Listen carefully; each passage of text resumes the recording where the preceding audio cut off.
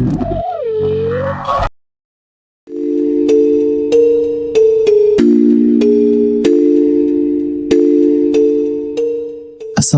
warahmatullahi wabarakatuh. Selamat datang di Cerita dari Mereka. Malam ini kami akan membawa kalian ke sebuah rumah mewah yang tampak indah dari luar, tetapi menyimpan rahasia kelam yang membuat siapapun enggan mendekatinya. Ini adalah kisah tentang seorang gadis sederhana bernama Dini yang datang ke kota demi menghidupi ibunya yang sakit. Ia berharap menemukan kehidupan yang lebih baik, namun yang ia temukan justru penyiksaan, pengkhianatan, dan kematian yang begitu tragis. Namun, kematian ternyata bukanlah akhir, karena ada dendam yang belum selesai, dan ada janji yang harus ditepati. Matikan lampu, gunakan headset. Inilah balas dendam arwah Dini.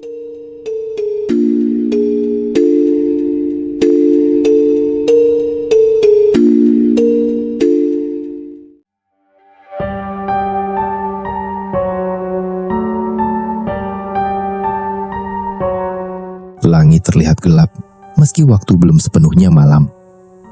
Dini, perempuan berusia 22 tahun itu, duduk di dalam angkot sambil memeluk tas lusuh berisi beberapa pakaian.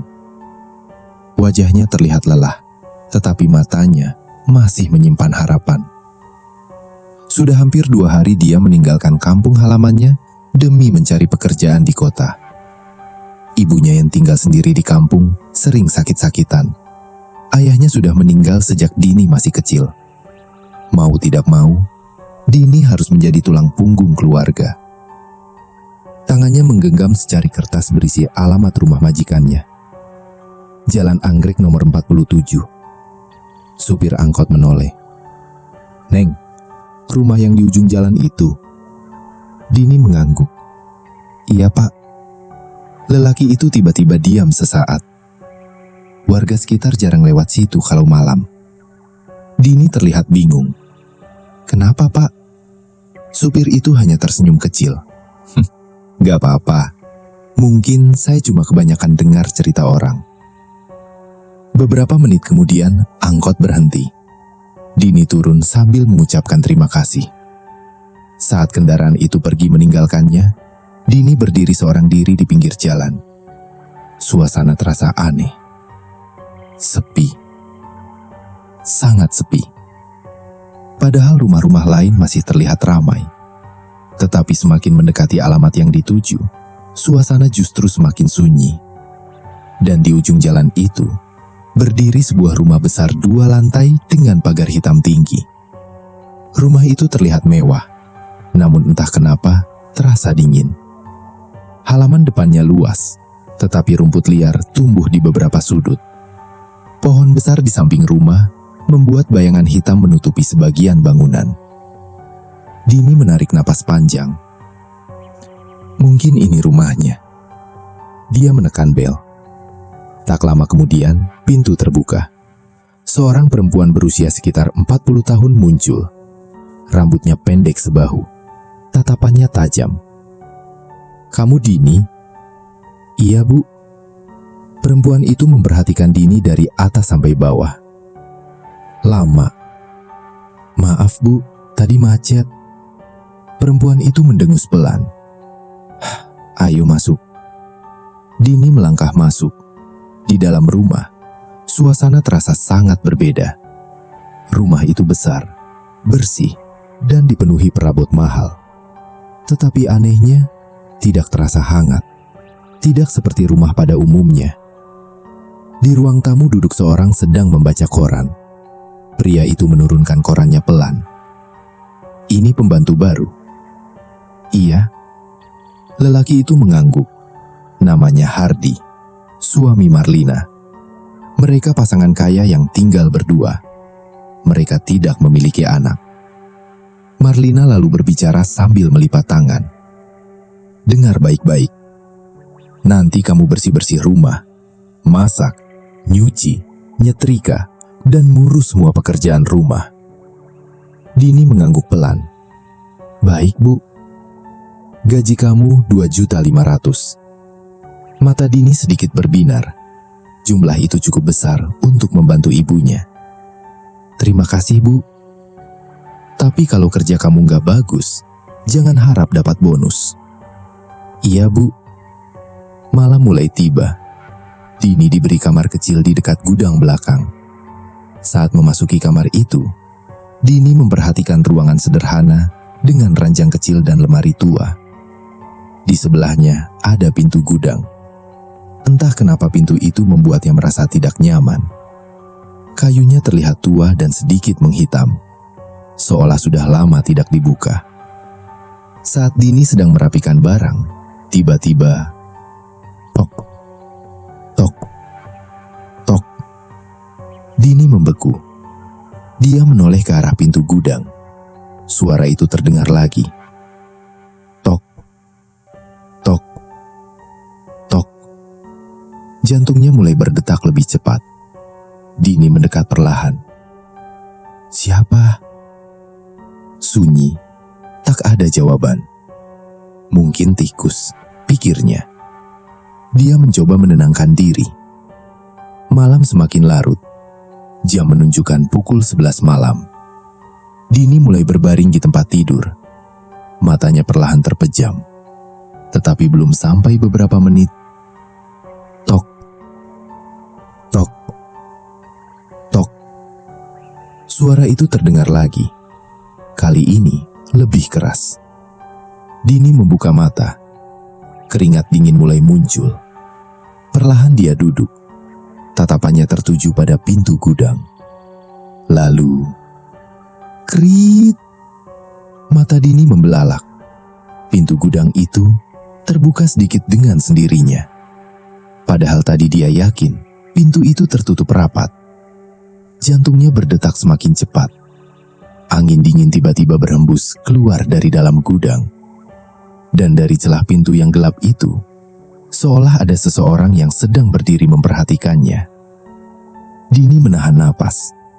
Namun beberapa detik kemudian, suara Marlina terdengar dari luar. "Dini, besok bangun pagi." Dini langsung tersentak. Dia menoleh ke arah pintu kamarnya. Lalu saat menoleh kembali ke arah gudang, pintunya kembali tertutup rapat. Malam pertama Dini di rumah itu baru dimulai.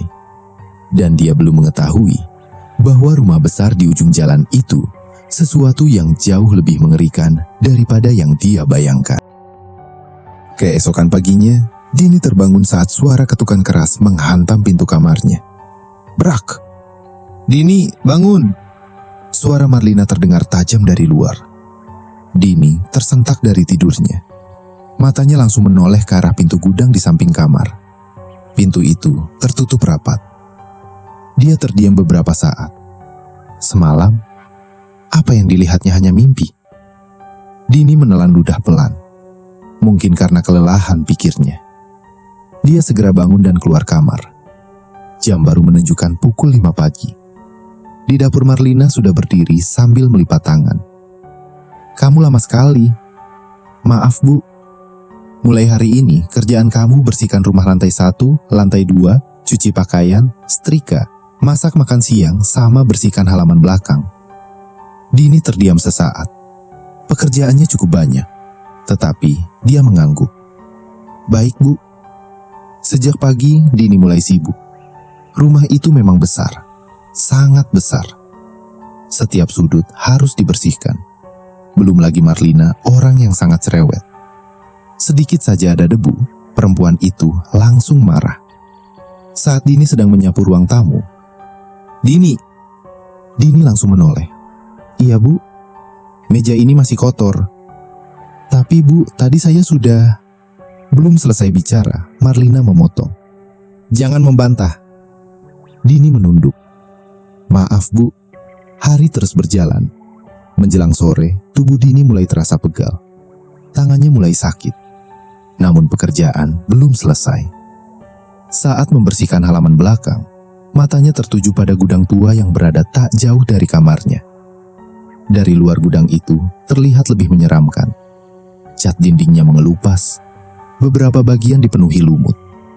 Dan entah kenapa, udara di sekitar tempat itu terasa lebih dingin. Dini terus menatapnya. Tiba-tiba, seorang tukang kebun tua muncul dari samping rumah. Dini sedikit terkejut. "Oh, Pak." Lelaki tua itu tersenyum kecil. Wajahnya dipenuhi kerutan. "Saya kira siapa? Bapak kerja di sini?" Lelaki itu mengangguk pelan. "Cuma seminggu sekali." Dini tersenyum ramah. Lalu matanya kembali menoleh ke gudang. "Pak, gudang itu isinya apa?" Wajah lelaki tua itu mendadak berubah. Tatapannya menoleh ke arah gudang. Beberapa detik dia diam. "Jangan terlalu sering dekat-dekat situ." Dini mengerutkan dahi. "Memangnya kenapa?" Lelaki tua itu tampak ragu, tetapi belum sempat bicara. "Dini!" Suara Marlina menggema dari dalam rumah. Dini menoleh. "Iya, Bu." Saat Dini melihat kembali ke arah tukang kebun itu, lelaki tersebut sudah berjalan menjauh. Kata-katanya terus terngiang di kepala Dini. Jangan terlalu sering dekat-dekat situ. Malam kembali tiba. Setelah menyelesaikan seluruh pekerjaan rumah, tubuh Dini terasa sangat lelah. Dia masuk ke kamar kecilnya. Namun saat hendak membuka pintu, dia membeku. Pintu gudang di sebelah kamar sedikit terbuka. Padahal dia yakin tadi pagi pintu itu tertutup. Perlahan Dini mendekat. Celah gelap terlihat dari balik pintu. Tidak ada lampu di dalamnya. Hanya kegelapan pekat. Entah kenapa dadanya mulai terasa sesak. Bulu kuduknya perlahan berdiri. Lalu dia mendengar sesuatu. Suara pelan, sangat pelan. Seperti seseorang sedang berbisik. "Tolong." Dini langsung menegang. Matanya membesar. Dia menoleh kanan kiri. Sunyi. Tak ada siapa-siapa. Suara itu terdengar lagi. "Tolong." Kali ini lebih jelas. Suara perempuan. Jantung Dini mulai berdetak sangat cepat. Dengan tangan gemetar, dia mencoba mendorong pintu gudang perlahan. Krik, pintu terbuka. Udara dingin langsung menerpa wajahnya. Dini mengintip ke dalam. Gelap, sangat gelap. Tangannya meraba dinding mencari saklar lampu. Klik, lampu menyala redup. Ruangan itu dipenuhi barang-barang lama. Lemari rusak, kursi patah, kardus berdebu. Tidak ada siapa-siapa. Dini menghela napas panjang. Mungkin aku salah dengar. Tetapi saat dia hendak keluar, matanya tertuju ke sudut ruangan. Ada sesuatu. Sebuah kursi kayu tua. Dan di atas kursi itu, terlihat tali besar yang tergantung. Seperti bekas ikatan. Entah kenapa dada Dini terasa tidak nyaman. Perasaannya mendadak berubah buruk. Lalu, tok. Suara benda jatuh terdengar dari belakangnya. Dini langsung menoleh cepat. Sebuah boneka tua tergeletak di lantai. Padahal tadi tidak ada apa-apa di sana. Boneka itu kotor. Matanya sebelah hilang. Dan yang membuat Dini membeku, boneka itu menghadap tepat ke arahnya. Jantungnya berdetak makin cepat. Perlahan, senyum boneka itu terlihat. Tipis. Aneh. Dini mulai mundur. Selangkah. 2 langkah. 3 langkah. Brak. Pintu gudang menutup sendiri. Dini menjerit. "Ah!" Dia langsung memutar badan dan mencoba membuka pintu. Tetapi pintu itu tidak bergerak. Seolah ditahan seseorang dari luar. "Dibuka! Tolong!" Tangannya gemetar. Air matanya mulai keluar. Lalu dari belakangnya terdengar suara napas. Sangat dekat. Sangat pelan. Tepat di belakang lehernya. Tubuh Dini perlahan menegang. Dia tidak berani menoleh. sama sekali tidak berani, karena dia merasa ada seseorang yang sedang berdiri sangat dekat di belakangnya. Dan perlahan, sesuatu yang dingin menyentuh pundak. Tubuh Dini membeku. Sentuhan dingin itu masih terasa di pundaknya. Napas berat di belakang lehernya terdengar semakin jelas. Tangannya gemetar hebat. Pelan-pelan, dia menoleh. Kosong. Tidak ada siapapun. Dini langsung menatap ke segala arah. Gudang itu masih sama. Lemari tua, kardus berdebu, kursi kayu dengan tali menggantung, dan boneka rusak yang masih tergeletak di lantai. Tetapi rasa dingin di pundaknya belum hilang. Seolah seseorang baru saja menyentuhnya beberapa detik lalu. Brak! Tiba-tiba pintu gudang terbuka sendiri. Dini tak berpikir panjang lagi. Dia langsung berlari keluar sambil terengah-engah. Sesampainya di kamar, dia mengunci pintu rapat-rapat. Malam itu, dia tidak bisa tidur. Matanya terus menatap pintu gudang di samping kamar. Tak sekalipun dia memejamkan mata. Hari-hari berikutnya mulai terasa semakin berat. Pagi sebelum matahari terbit, Dini sudah bangun. Dia harus memasak sarapan, menyapu seluruh rumah, mengepel lantai, mencuci pakaian, menyetrika, membersihkan halaman, memasak makan siang, dan semua itu harus selesai sebelum Marlina marah. Awalnya Dini masih berpikir mungkin majikannya hanya tegas. Namun semakin hari, dia mulai melihat sifat asli mereka. Suatu pagi Dini sedang membawa nampan berisi teh ke ruang tamu. Tangan Dini sedikit gemetar karena kelelahan. Tanpa sengaja, sedikit teh tumpah ke meja. Yes. Belum sempat Dini membersihkan, Marlina berdiri. Wajahnya langsung berubah. Apa yang kamu lakukan? Dini panik. Maaf Bu, saya nggak sengaja. Plak! Dini terdiam. Pipinya terasa panas. Dia memegang wajahnya perlahan. Tatapannya kosong. Baru kali ini majikannya menamparnya. Kamu itu kerja pakai otak nggak sih? Maaf Bu. Air mata mulai menggenang di mata Dini. Tetapi Marlina justru mendengus kesal. Jangan nangis. Baru begini aja nangis. Di sudut ruangan, Hardi hanya melihat sambil membaca koran. Tidak berkata apapun. Tidak menghentikan istrinya. Seolah semua itu hal biasa. Hari demi hari berlalu. Perlakuan mereka semakin buruk. Makanan Dini sering hanya sisa makanan semalam. Kadang, bahkan tidak diberi makan sampai malam. Tubuh Dini mulai terlihat lebih kurus. Wajahnya semakin pucat. Tetapi dia bertahan. Dia terus mengingat ibunya di kampung. Dia membutuhkan uang itu. Suatu sore saat sedang mencuci pakaian, ponsel murah miliknya berbunyi. Tangannya buru-buru mengambil ponsel. Wajahnya langsung berubah saat melihat nama di layar. Ibu? Dengan cepat Dini mengangkat telepon. Halo Bu? Suara lemah terdengar dari seberang. Dini? Mata Dini mulai berkaca-kaca. Ibu gimana? Ibu sakit lagi, Nak. Jantung Dini seperti diremas. Tapi ibu gak apa-apa. Kamu jangan khawatir. Air mata Dini mulai jatuh. Dia menggigit bibirnya menahan tangis. Bu, nanti Dini kirim uang.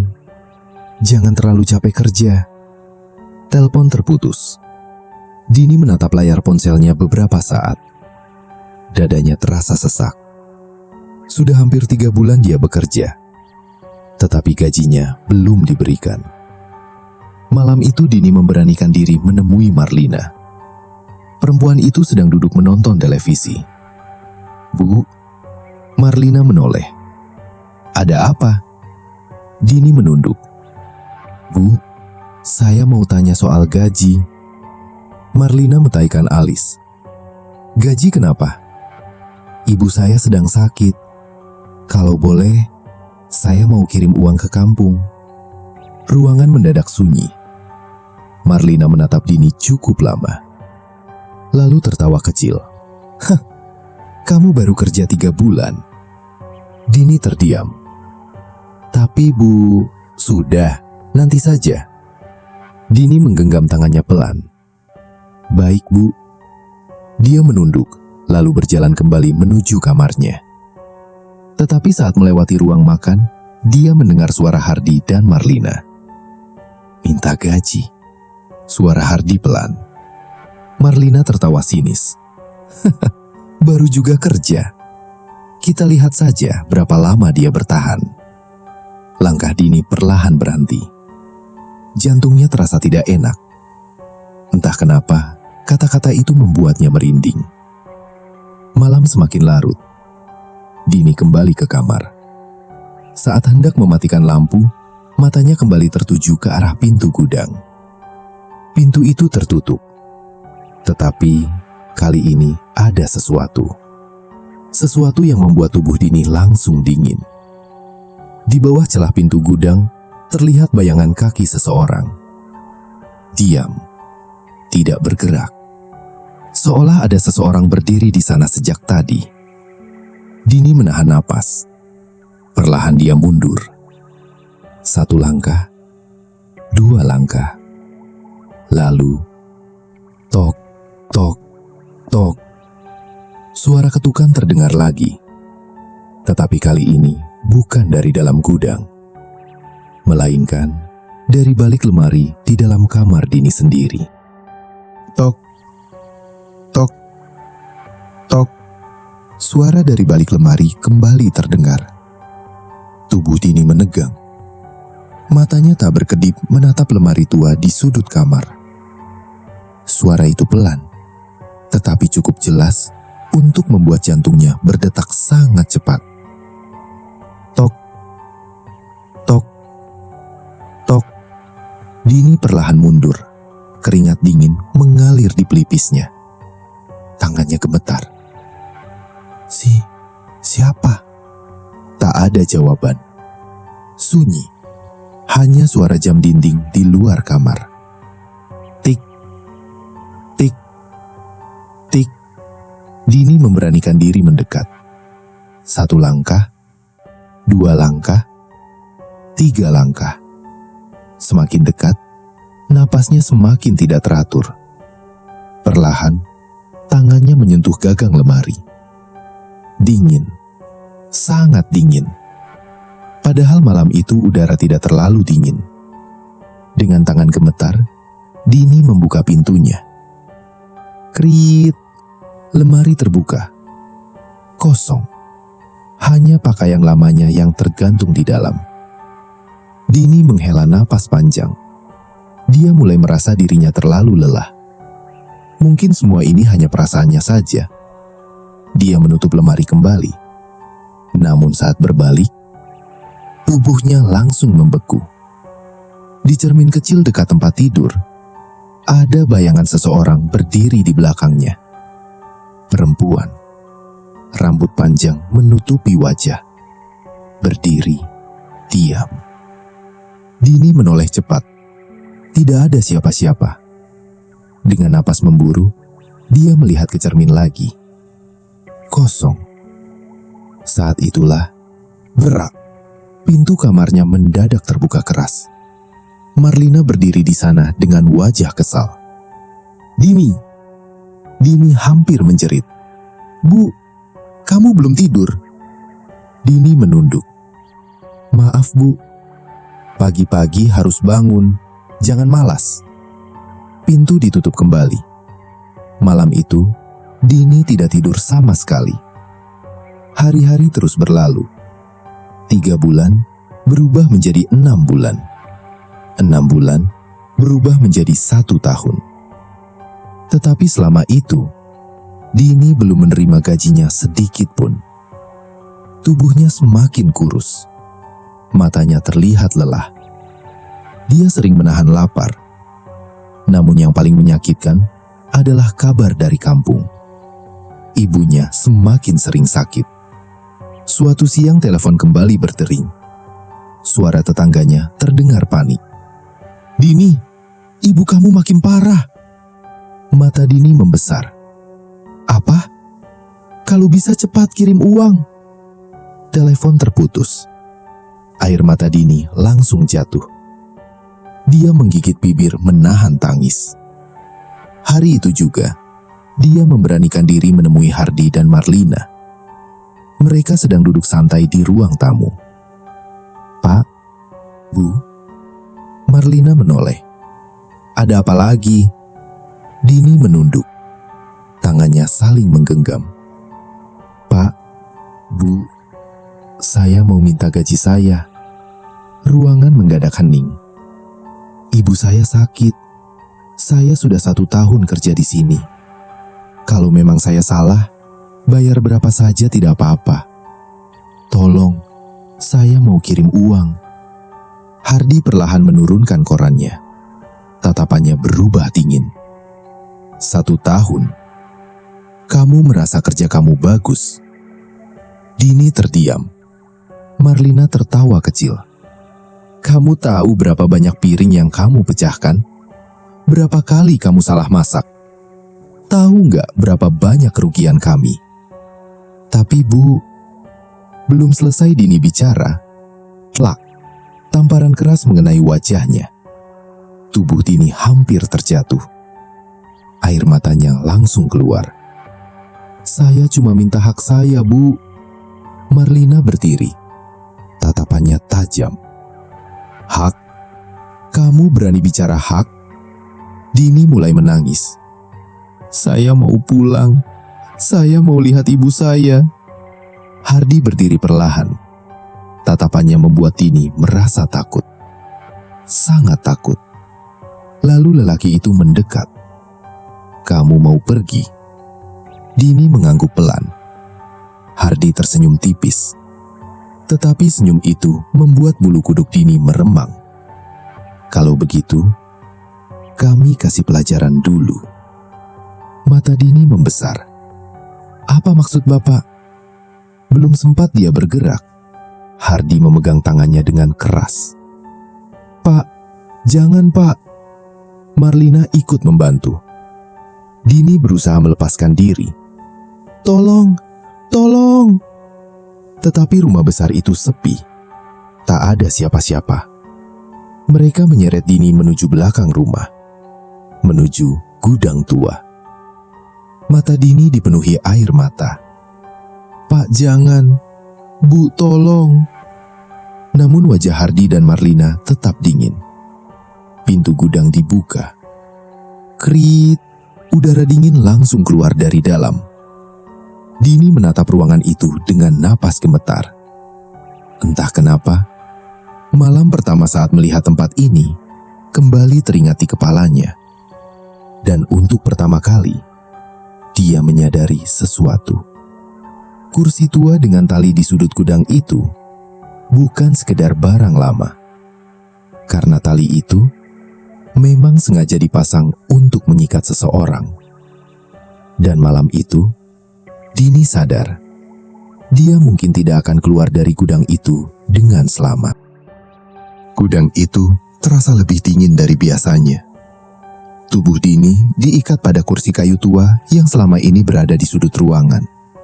Tangannya tak bisa bergerak. Air matanya terus jatuh. "Pak, Bu, tolong lepaskan saya."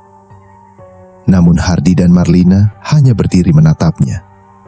Tatapan mereka dingin, seolah yang ada di depan mereka bukan manusia. "Kamu diam di sini sampai sadar," kata Hardi. "Pak, saya cuma minta gaji saya." "Tolong." Marlina mendengus. "Kamu terlalu banyak bicara." Brak, pintu gudang ditutup. Dini langsung menangis. "Pak, Bu, tolong buka." Dia berteriak sekuat tenaga. Tetapi rumah besar itu terlalu sepi. Tak ada yang mendengar. Hari berganti. Dini semakin lemah. Suaranya mulai serak. Namun Hardi dan Marlina tetap tak peduli. Beberapa hari kemudian, mereka bahkan sibuk mempersiapkan perjalanan liburan. Tas besar diletakkan di ruang tamu. Marlina terlihat sangat senang. Akhirnya liburan juga. Hardy tertawa kecil. Capek juga di rumah terus. Tak seorang pun membicarakan Dini, seolah perempuan itu tidak pernah ada. Seminggu berlalu. Di tempat wisata yang ramai, Hardy dan Marlina berjalan santai sambil membawa belanjaan.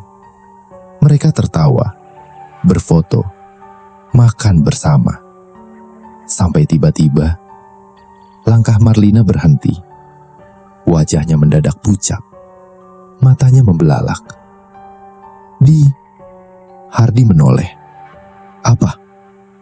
Dengan tangan gemetar, Marlina menuju ke arah seberang jalan. Di antara keramaian orang-orang, ada seorang perempuan berdiri diam. Rambut panjang berantakan, wajah pucat, kepalanya sedikit menunduk, dan matanya hitam pekat. Marlina mundur perlahan. Itu Dini. Hardy langsung melihat ke arah yang ditunjuk. Tubuhnya mendadak kaku. Sosok itu memang sedang menatap ke arah mereka. Diam, tidak bergerak. Lalu perlahan, kepalanya miring ke samping. Senyumnya muncul sedikit demi sedikit. Hardy langsung menarik tangan Marlina. Ayo pergi. Mereka berlari meninggalkan tempat itu. Saat menoleh lagi, sosok itu sudah menghilang. Malam harinya di hotel, Marlina masih terlihat gemetar. Aku gak salah lihat. Itu Dini. Hardy mencoba tertawa. Mungkin cuma orang mirip.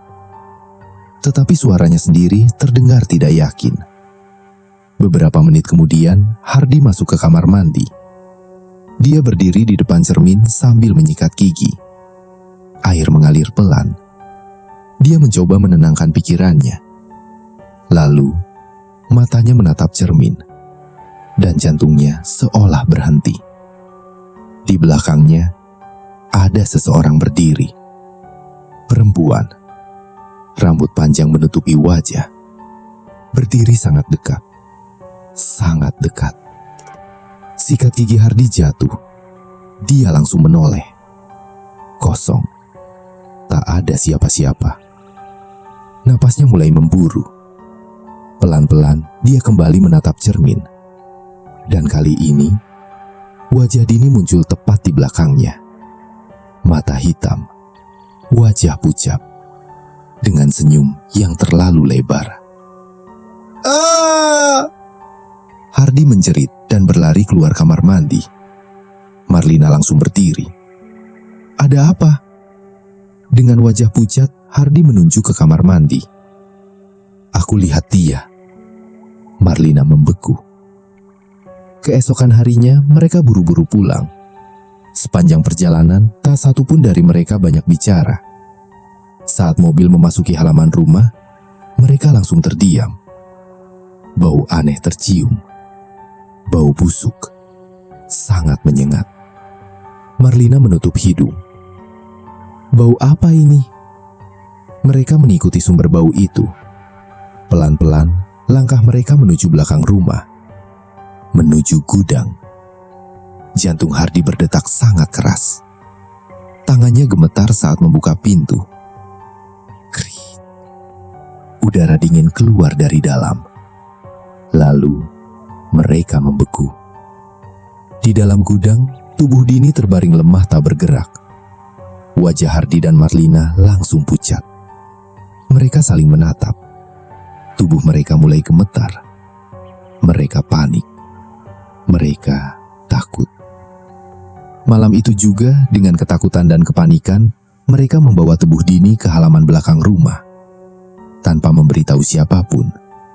Tanpa meminta bantuan. Mereka mencoba menghilangkan semuanya. Mereka berpikir semua akan selesai. Tetapi mereka salah. Sejak malam tubuh Dini dikuburkan diam-diam di halaman belakang rumah. Hidup Hardy dan Marlina berubah menjadi mimpi buruk. Hari pertama, lampu rumah menyala sendiri. Hari kedua, terdengar suara kursi bergeser dari gudang. Hari ketiga, Marlina mendengar suara langkah kaki di lantai 2. Padahal mereka hanya tinggal berdua. Tap, tap, tap. Suara langkah itu selalu muncul tepat pukul 3 pagi. Dan setiap malam semakin dekat.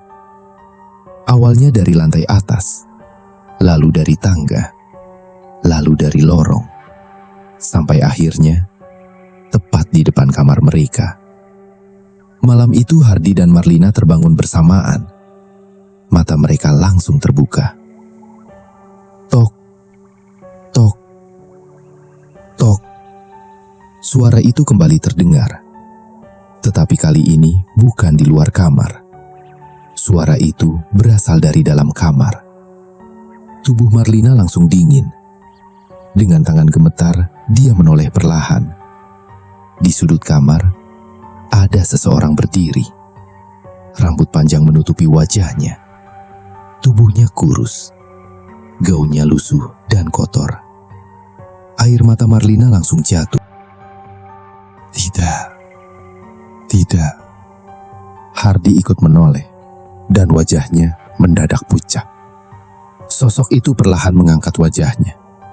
Mata hitam pekat, kulit pucat, dan bibirnya bergerak pelan.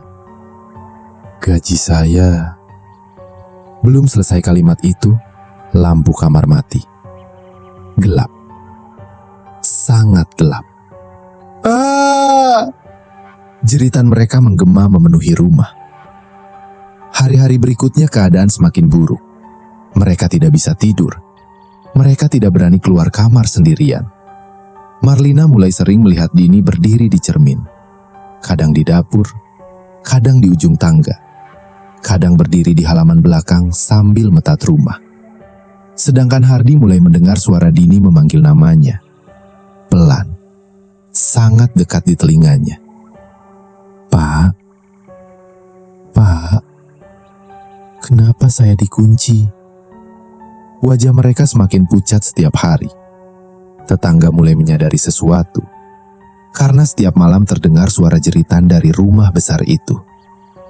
Suatu malam hujan turun sangat deras. Petir menyambar berkali-kali. Brak! Listrik mendadak mati. Rumah menjadi gelap. Marlina menangis ketakutan. Hardi, aku takut. Hardi memegang senter dengan tangan gemetar. Lalu, dari belakang rumah, terdengar suara tanah seperti digali. Krek, krek, krek. Mereka saling menatap. Dengan rasa takut mereka berjalan menuju halaman belakang. Senter diarahkan ke tanah, dan keduanya membeku. Tanah tempat Dini dikuburkan terbuka. Di dekatnya terdapat sebuah gelang kecil milik Dini yang dulu sering dipakainya. Marlina langsung jatuh terduduk. Tidak mungkin. Saat itulah lampu rumah mendadak menyala kembali. Dan dari balik jendela rumah, mereka melihat sosok Dini berdiri. Diam, menatap mereka, sambil tersenyum. Hardi menjerit dan berlari keluar pagar rumah. Marlina ikut berlari sambil menangis. Mereka terus berlari tanpa memperhatikan sekitar. Dalam kepanikan dan ketakutan, keduanya mengalami kecelakaan saat mencoba melarikan diri malam itu. Beberapa hari kemudian polisi datang ke rumah mereka setelah warga melaporkan kejadian mencurigakan. Penyelidikan dilakukan, dan akhirnya rahasia mengerikan itu terbongkar. Di halaman belakang rumah ditemukan bukti yang mengungkap hilangnya Dini. Kematian Dini yang selama ini disembunyikan, akhirnya diketahui semua orang. Tetangga yang dulu sering melihat Dini keluar rumah, hanya bisa terdiam. Tak ada yang menyangka perempuan pendiam itu mengalami penderitaan selama ini. Sejak kejadian itu, rumah besar di ujung jalan tersebut kosong. Tak ada lagi yang mau tinggal di sana. Namun warga sekitar sering mengatakan, kadang saat melewati rumah itu pada malam hari, mereka melihat seorang perempuan berdiri di jendela lantai 2. Diam, menatap keluar. Tetapi anehnya, wajah perempuan itu tidak terlihat sedih lagi. Seolah seseorang akhirnya mendapatkan keadilan yang selama ini menunggunya.